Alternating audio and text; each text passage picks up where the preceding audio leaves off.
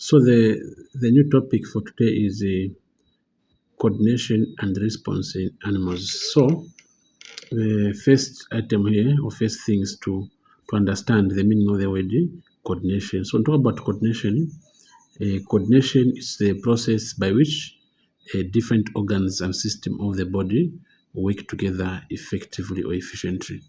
So we need to understand, we need to know and understand the definition for coordination. So coordination is simple term one saying that it's a process by which different organs and system of the body work together efficiently or effectively.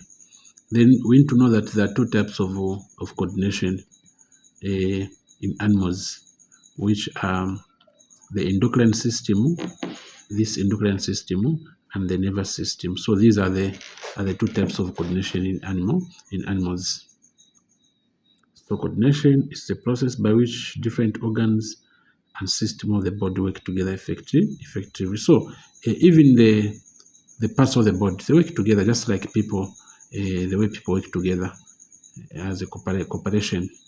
So the parts of the body as well, they work together in order to perform well or to function well. Then since I said that there are two types of coordination, which is the endocrine system and the nervous system. So I will start first discussing or explaining on the endocrine system. So this type of coordination, endocrine system, this one, it involves hormones. So it involves hormones. So endocrine system, this system of coordination, which is made up of the ductus glands that produce hormones.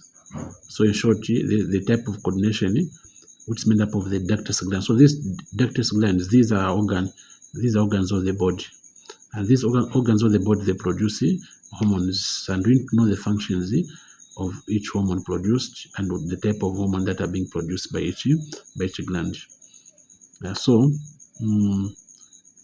At the same time, we need to understand and also able to define the word hormone. So a hormone is a chemical substance secreted by a ductus gland, and so which means of saying that the hormone, this is a chemical substance that are being secreted or produced by the ductus gland, which means this, as I said, is a part of the body.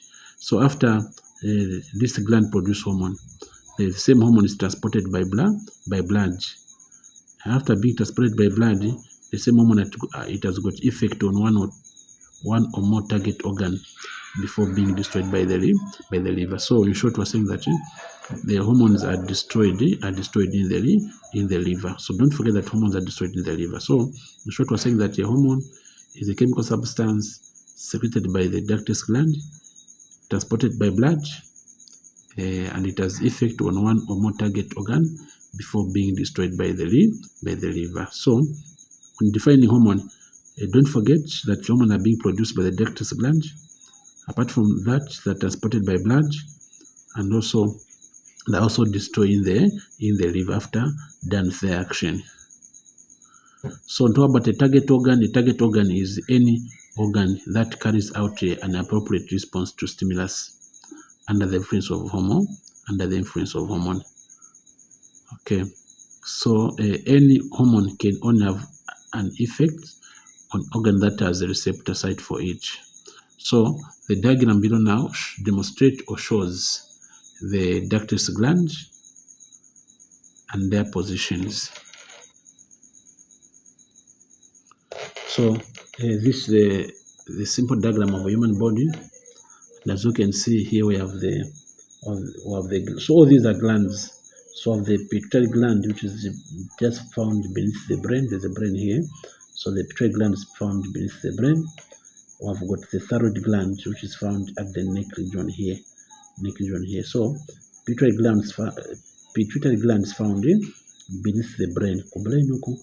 Then thyroid gland is found and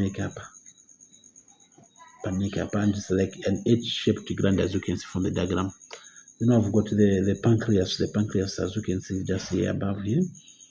Then the adrenal gland is located on top of each kidney. So these are kidneys.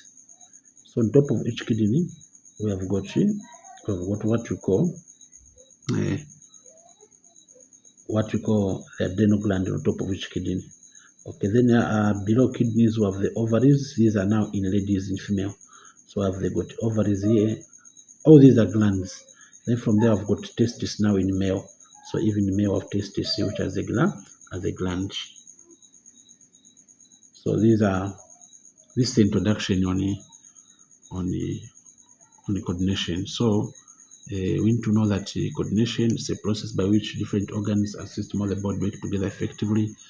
Then from there, there are two types of coordination, which is the endocrine system and the nervous system. So when we start with the endocrine system, we say that the endocrine system, the type of coordination, which is made up of the ductus gland, and all these are glands, which means the endocrine system is made up of a ductus gland, which is these glands that produce hormone. So all these glands, they produce hormone, and a hormone, as I said, is a chemical substance that's being secreted by the ductus gland, and it has effect on two or more target organ before being destroyed by the liver. So we need to know and understand the location of each gland. Example, like the pituitary gland is located beneath the brain, the thyroid gland on the neck, the pancreas here, the adrenal gland on top of each kidneys, the ovary is just below the kidney, and the testis in male, it's here. Okay, so this is about this diagram. So if you have any question, you can able to text me, I'm able to respond. So now I'll now go into details by explaining the pituitary gland. Since I said that the pituitary gland is found beneath the brain. So now, and I said that these glands, they produce hormones. So we need to understand and know what type of hormones are produced by each gland. So we'll start with the pituitary gland, which is located beneath the brain. So the pituitary gland is also called the master gland. Since brain kuja, so this one can be called also master gland of the endocrine system. Why? So it's called the master gland. This is because it secretes hormone that stimulate other glands to function. So in short, the pituitary gland, it produces hormone or secretes hormone that stimulate other gland to function. So for example, like a hormone can be produced from the pituitary gland, then it can go to the thyroid gland or to the adrenal gland or to the ovaries or testes to make those glands to start functioning.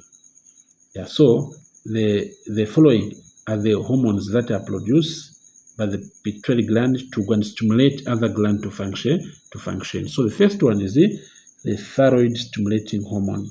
So this hormone is produced by the pituitary gland to stimulate the thyroid gland to function. So this hormone, it can come from the pituitary gland, then it goes to the thyroid to stimulate the thyroid gland to start functioning. Apart from that, we have also what we call the adrenocorticotropic hormone.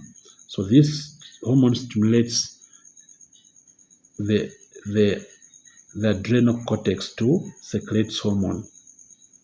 Then we've got the interstitial cell stimulating hormone. All these hormones that I'm explaining here, they are produced by the pituitary gland to stimulate other gland to function.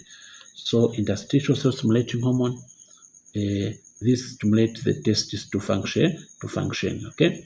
Then the follicle stimulating hormone. This one, they stimulate the formation of the follicles in ovaries. Okay. Then the other one we have the luteinizing hormone. This causes ovulation and the formation of the corpus luteum. So all these are hormones that are produced by the pituitary gland to stimulate other glands to start functioning.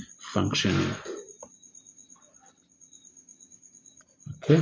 Then next time, for doing end here, next time we'll do the other glands. The other hormones that are produced by the pituitary gland, but they don't stimulate other gland to function. So these will do them next time in the next meeting. So please don't forget this diagram, the location of each gland. Since I've started with this one, the pituitary gland, and also the type of hormone that this gland produces to stimulate other gland to function. And I said that this gland is also called a master gland. Why? Because it secretes hormones that stimulate other glands to function. And these hormones, they include the thyroid stimulating hormone that stimulates the thyroid gland to function, the adrenocorticotropic hormone, the interstitial cell stimulating hormone, the follicle stimulating hormone, the luteinizing hormone. Okay, for they can end there. Thank you very much. If you have any question, you can call me.